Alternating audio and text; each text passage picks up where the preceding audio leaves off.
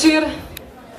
Skupina Pussy Riot je februarja letos podobno punk, tole punk molitev, ampak na podoben način, izvedla v Moskovski katedrali in zaradi tega so bile 3 članice benda aretirane in so pridržane še danes.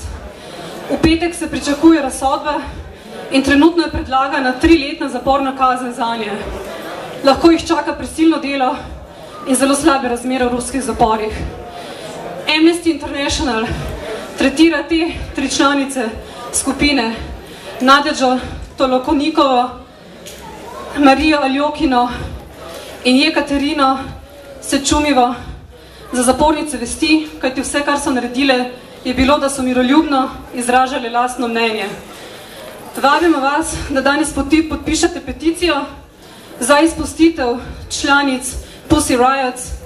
To peticijo bomo poslali tako ruskemu veleposlaništvu kot ruskim oblastem v Moskvo in vabimo vas, da jo danes vsi podpišete. Hvala lepa.